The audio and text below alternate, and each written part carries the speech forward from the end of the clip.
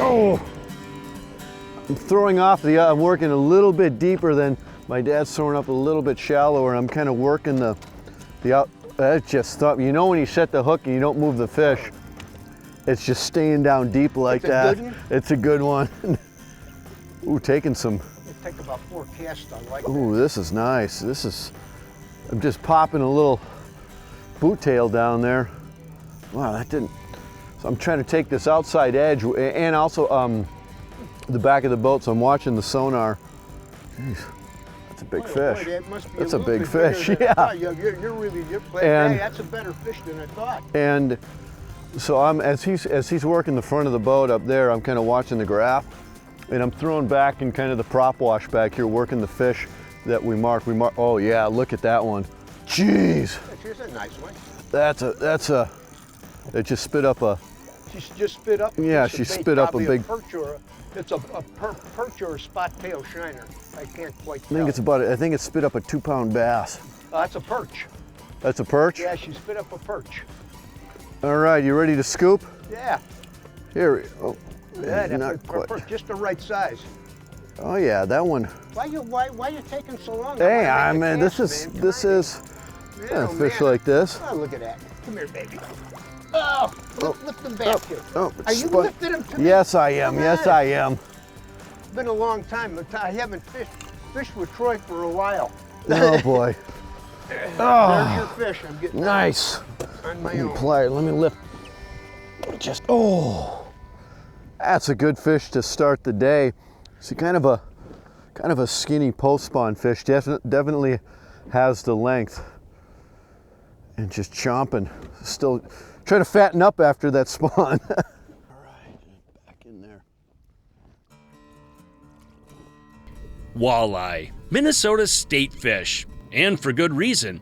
We have some of the best walleye waters in the world. The opener, as it's affectionately known as, is a big deal in the state of Minnesota. It's similar to the first weekend of deer hunting. Friends and family cut out a little slice of time to head outdoors and enjoy what nature has to offer. Right now, it's soon after opener, and depending on the year, the water temperature can be at a variety of degrees. And this water temperature directly drives walleye pre-spawn, spawn, and post-spawn locations. There is a second factor that drives fish location, and that's forage. For the most part, walleye start spawning around the 45-degree water temperature. Once these fish get done with this activity, there's only one thing on their mind, and that's food. Now, it just so happens the spot-tail shiners in our neck of the woods come in and stage to spawn in the shallows soon after the walleyes are done. So these fish do not need to move very far to get a bite to eat. That is where we're at today, intercepting schools of walleyes roaming the flats in search of an easy meal. You know, the break that we're on, it's a real slow tapering flat. And right now I'm holding in around 10 feet of water, and it's slow. I'm throwing up to about 7, 8, and it's a slow break like this out to about 14 or 15. And there's a little bit of leftover cabbage from last winter. And those fish are just spread in groups all over here. Yeah, you know, there's a lot of fish here because of the forage, but you can catch a few here. That's why Troy's throwing on one side of the boat. I'm throwing up shallower, and we'll just keep moving around. And it's so important, the water is so clear, like in most of the lakes. The lake we're on visibility is pretty clear, like a lot of our walleye lakes are. And these fish have become, you know, a little bit weary when there's that many fish up in shallow water. You're better off casting off to the sides. Yeah, you know, it's difficult. You used to be able to go, if you had big wind, you could drift over the top of them and almost vertical jig them. That was when the lakes were dirty and had a little more stain to them. That isn't the case anymore. You know, mussels got into some of the best walleye lakes in North America, have zebra mussels in them, and the water's crystal clear. Yeah, you know, when you get up on these shallow breaks like this, you can't come over them. Yeah, you know, you got to move you'll see those fish moving off to the side. You got to make long casts away from the boat to get them to bite. They're real finicky. It's a little warmer here. I'm at 54 now. This particular spot in lake I'm on, I was here not that many days ago. It warmed up a little bit. It was 48, 49 degrees yet. Yeah, you know, like I said, the walleyes were just coming, you know, they've been off the spawn a while. And weeds are just starting to develop, and weeds are a good thing in a lot of the lakes we fish. Real nice day today. Yeah, you know, this is easy fishing. You know, evening bite on these lakes right now is really good too. Yeah, a lot of guys trolling at night catch a lot of fish. Ooh, that's popping them. Yeah, we turned back around and kind of coming back through, and I'm just kind of alternating between it. You know, I got 3 baits here that I'm alternating. And boy, it's really tough to beat. Not as big as the other one. It's really tough to, right in that, right. No, I can flip. You got a flipper there. I don't know if I'm gonna flip it, but I'm gonna go down and get it right through. I like when they get right through the top of the snout like that. Yeah. It's an Ontario shore luncher, Troy. Yeah, this is like actually, yeah, this is it's a nice shore luncher. This, good thing we're not in Ontario filming the Ontario experience, or this would be shore lunch. There, got it. Nice. I like when they flare the fins like that's cool.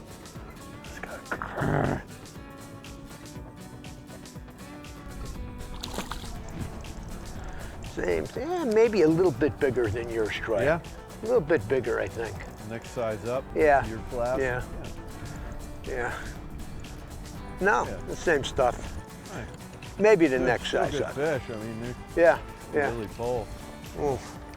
Not quite, almost flippers, but Not quite. I can't quite flip them in. Not with 8-pound test. Look at they eat that thing. You know, I've done a lot of seminars over the years on pop jigging and baits with this Mooneye jig with a variety of different kind of plastics. And people find it amazing to me. You know, they look and they say, oh, come on, Al. When I say I haven't used live bait on a jig for like 10 years or better.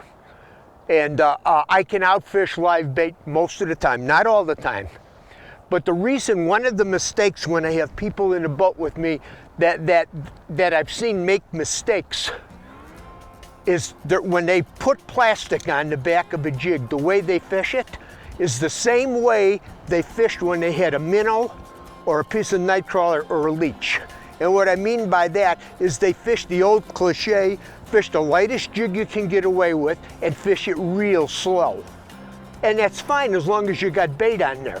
And they fish plastic the same way, and they don't catch the amount of fish that you do when you fish with plastic. The thing when you go to soft bait and you get off the bait, you fish a little bit heavier bait and you fish much more aggressive.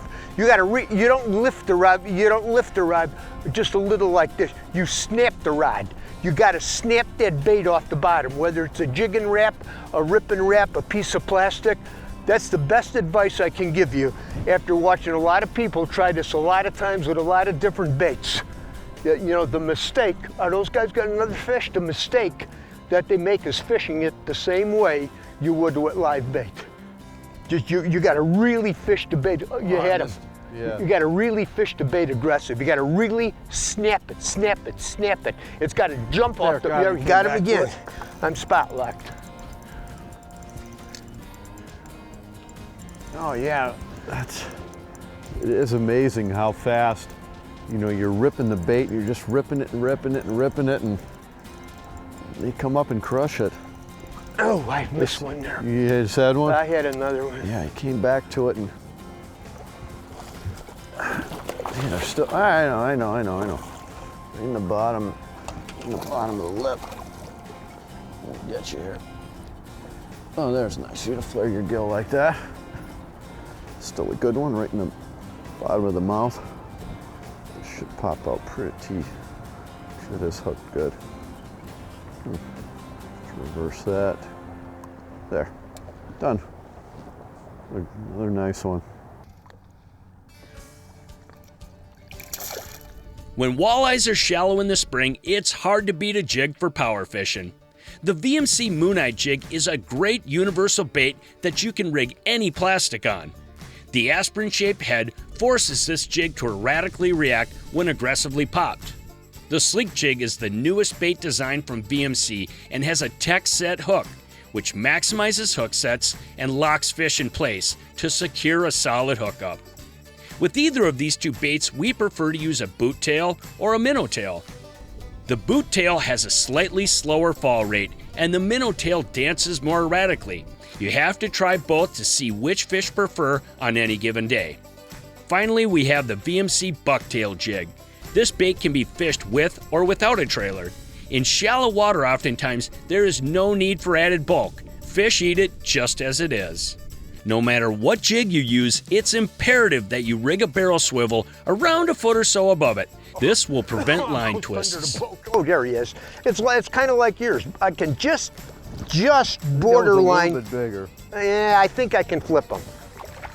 Yeah, maybe I better. I don't want to break the line.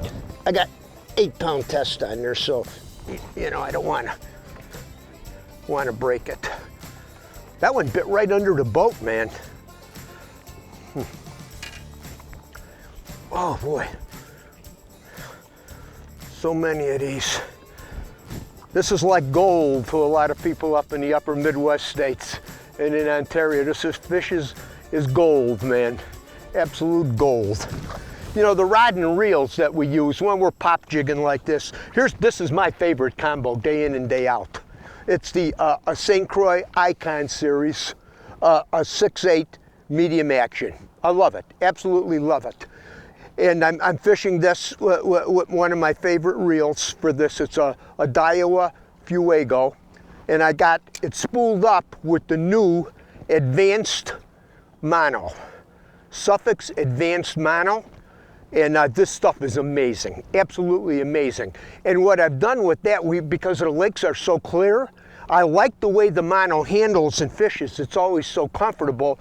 But I got 6 feet of Suffix fluorocarbon as my leader.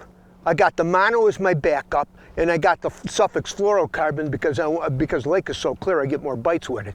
So that's how I'm fishing this. A lot of guys use braid with fluorocarbon, but I really like this new mono. It's a little bit forgiving, and does it ever fish nice? It lays on a reel so smooth. You never have a problem that you once in a while do with, you know, other types of line on occasion.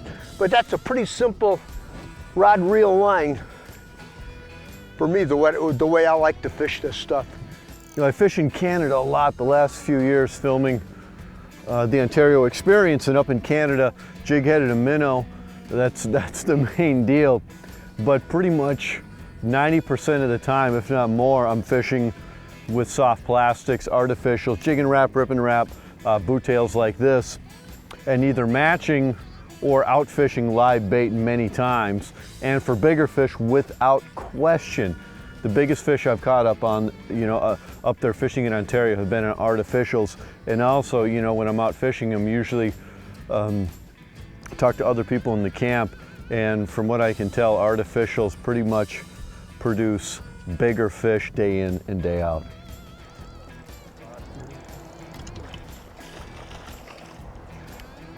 I mean, it's fish after fish after fish after fish of these, you know, 17, 18, 19 inchers. And, you know, nice fish by eating standards, but it's fun to jerk on. Boom, boom, boom, boom, boom. And you don't have to go into the bait bucket. Amazing to see how many people are more and more getting, how people more and more are getting confidence in soft baits and hair jigs for walleyes. Just amazing. Once they start catching fish doing it, you know, they say, oh wow, this is fun. This is fun.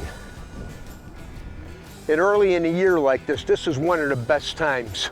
You know, when that water's in that you're pushing the mid 50s, somewhere from 52 to 56. Yeah, you know, they've been off the spawn long enough, they're starting to feed up. Yeah, you know, those walleyes are really snapping. And they love that jig, and this is just a fun way to catch them, man, on so many of our lakes. And this is, I think, my second or third time being in your new boat, and it's laid out I like it. It's laid out a little bit differently than your old one. Yeah, I'm still breaking in my motor. I ran a Verado for a number of years, and talking to people at Mercury, they said this year on your big Lund, put on the 300 Pro XS. So I got a 300 on here. They said the fuel efficiency is amazing. Everybody that ran one just fell in love with it. And you know, and I got my talons on the back. I got the helix here. I got a Solix here. I got a helix on the front. Everything is interconnected. Like everything on the system, that's one thing about Humminbird Minn Kota, everything is linked together. And it's so efficient. I can control everything from up here, anything I want to do anyway. And the interior's laid out a little bit different. I fish a lot of big water, so this is my big water boat. And a huge amount of deck space, rod space, everything. I like those seats. Troy, show them how those seats work in the back there to change that deck size. Yeah, it's nice actually. It's flipped down like that. You can actually store stuff underneath it like that when you have it flipped down. So you have the seat flipped up there. You can flip it to stand on that and you have everything there. Flip this up. You got more stuff stored there. It's actually some of our camera equipment that I'll put back underneath there. And then, same thing over here. Pedestal's in the way, but you have another seat right there, and you flip all that down. You have a lot of deck space off the back to fish from, really nice. I run my boat for 2 years, then I sell it and get a new one. And every once in a while, they make Lund make some changes, or Humminbird and Minn Kota might make some changes in something, or even Mercury. And so, you know, I get all the updated stuff for the season. And it's always fun to get a new boat and motor rigged right. You know, I don't have running time. I bet you I don't have, oh man, 5 hours on this motor yet. This one's bigger than the other one I got, but I don't know if it's as big as the first one. We'll see. It's the initial hook set. That feels pretty good. Nice one. It's not a monster, but it's a nice one. Feels almost like, yeah, it's a little bit better. Yeah, I'm just gonna lean over the side. Almost where you can't quite flip them. Yeah, they're kind of around that size, right in the side of the. And we're relax. It's a nice thing. They kind of sometimes they chill by the boat. Oh, okay, there we are. That is a nice, you know, average size. So pretty much this and up. This is kind of about the smallest that we've been getting. Get that out. Which is a pretty good day of walleye fishing, you know, and especially in artificials, you don't have to mess with live bait, and not that many, and you don't have to keep the bait bucket there. Nice fish, nice one, really nice one. Oh, Troy, big fish. Yeah, big fish. Oh yeah, big walleye. Big, I can guarantee you that. It isn't one of them peanuts that we've been playing. Well, this is mama. It's when you're getting 19 This is peanuts, mama. Are we calling for the net? Oh yes, absolutely calling for the net. Absolutely calling for the net. No, she's nice. She ain't as big as I thought she was. Okay. So good one, good one. There. Okay, lay her right down here. Let me get in a position here. Oh man, look at this baby. How's that for a walnutto? Whew. Boy, that's a good fish. This one hit a VMC bucktail jig. In the last 3 years, I've been fishing this bucktail jig a lot, just like I'm snap jigging a jigging wrap or a snap jigging plastic. Nothing on it, just the way it is, and doing extremely, extremely well. You know, you're getting into the snap jigging bite. You know how deadly it is with the boot tails and the split tails and the jig and wrap and a jig, rip and wrap, those style of baits. The next thing you got to add to your bag of tricks, and I'll guarantee you're going to be surprised how deadly it is this hair jig. I mean, the next big movement in the world of walleye fishing today is going to be the hair jig phenomena coming back. I guarantee you it's coming back in a big way.